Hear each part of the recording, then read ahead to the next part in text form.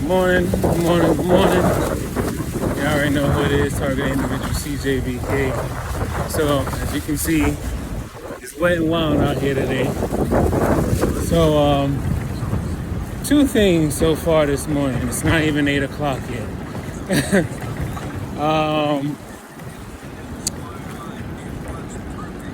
Now, I don't know how, what's the words I could say, what is happening? I don't know how charitable many of you may be, or if you can be charitable, but a thought crossed my mind where, I went to a 7-Eleven, to try to get me, I call it breakfast, but hey, I'm not gonna lie, it was a slushie, or a Slurpee rather, and 2 cheeseburger sliders, right? Well, before I even go to grab those things, this woman, she was, Anglo or white woman, however you want to call it. And she seemed relatively clean, but you could, she was filling up this jug of water. And then she stops me and she goes, "Hey, excuse me, sir, would you happen to have, would you happen to be able to buy me, I think she said like a coffee and a bagel or something like that." So I kind of actually didn't think twice about it, because I'm like, you know what? I have been homeless when I was a child. Me and my mom both have been homeless at some point, and then,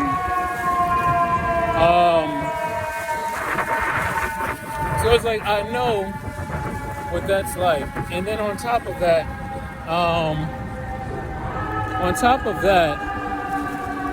when you think about gang stalking and how, these secret society transhumanists, people basically ostracize and blackball people from being able to just obtain,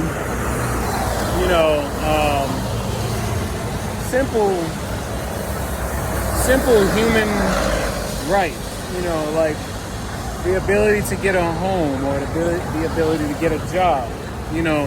Like, a lot of people don't realize that not every homeless person is actually on drugs, or they're alcoholic, or whatever the case may be. There are quite a few homeless people who basically, suffer from, whether it's like mental illness, or, hell, in our case, when you have a society of people who are basically trying to, destroy every facet of your life, starting with your employment, then starting with your relationships or friendships, whatever bonds you used to have with your family, then they start to work on your employment, because first they isolate you, then they cut you off from any funds of making money. Then next thing you know, once you're no longer able to make money, now you're homeless. So it's like, my main thing is, if you can, and this is just not because, oh, it may happen to you one day or whatever the case.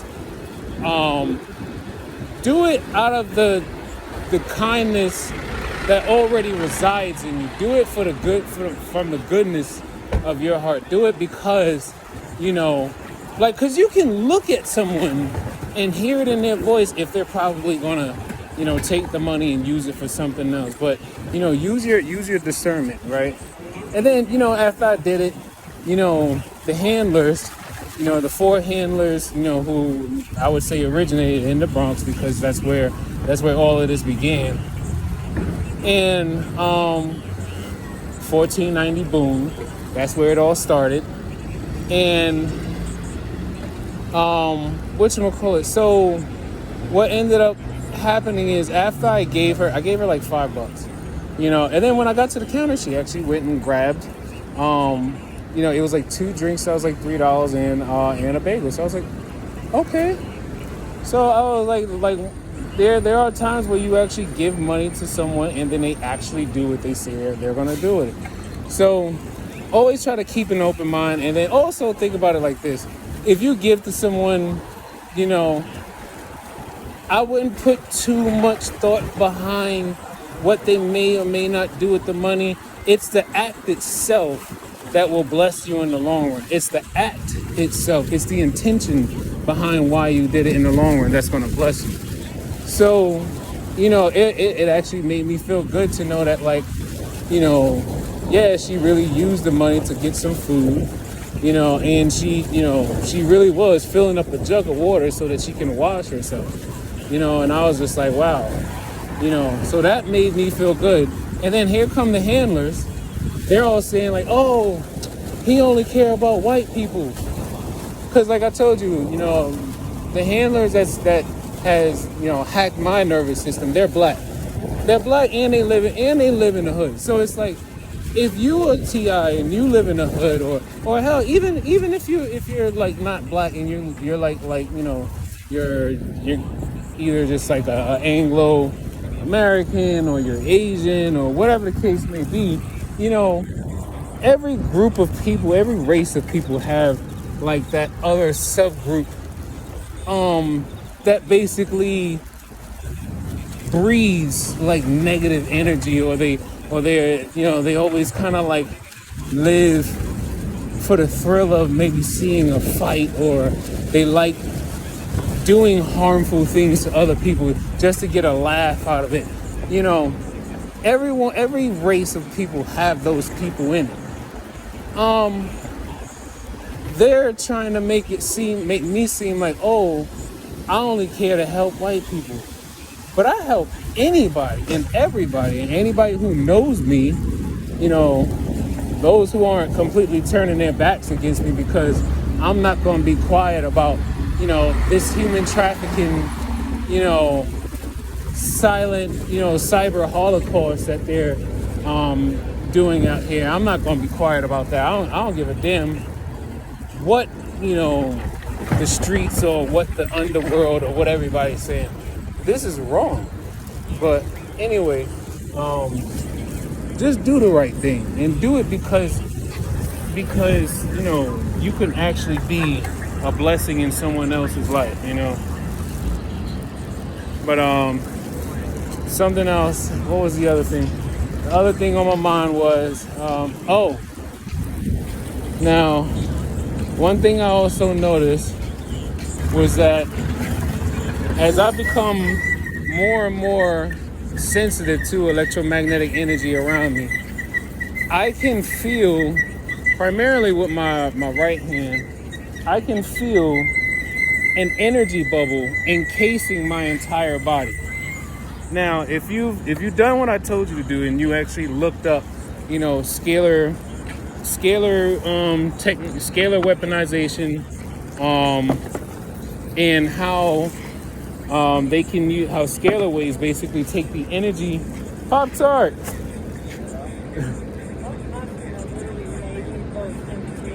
What just happened?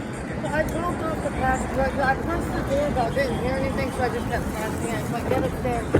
He has these on me, like, I got somebody with cancer in here, and you woke him up, and he kept... Oh, wow. He kept going back and forth. And then he looked at the bags, and the pockets were tight, the bags were wet, because it was raining earlier.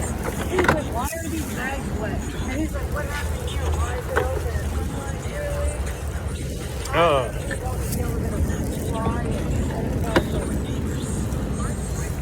Yeah, you got don't even worry about that.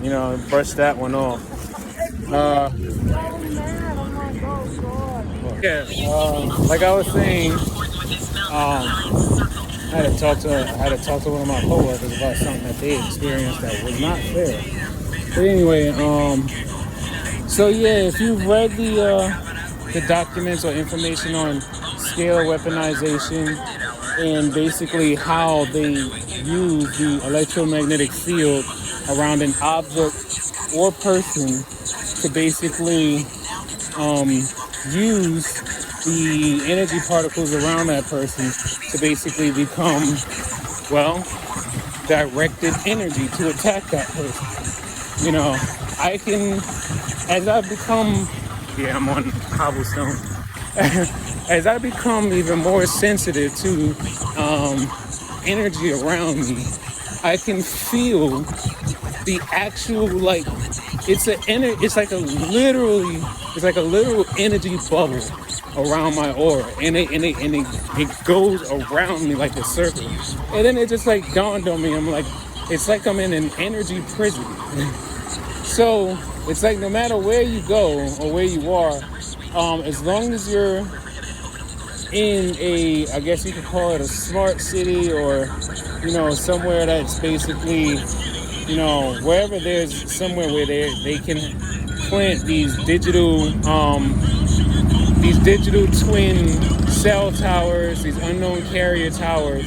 They can basically make sure that you're always connected to they can make sure that you're always connected to the web, so then they can be able to transmit these attacks to you. You know, but yeah, I'm gonna end it there. I just gotta.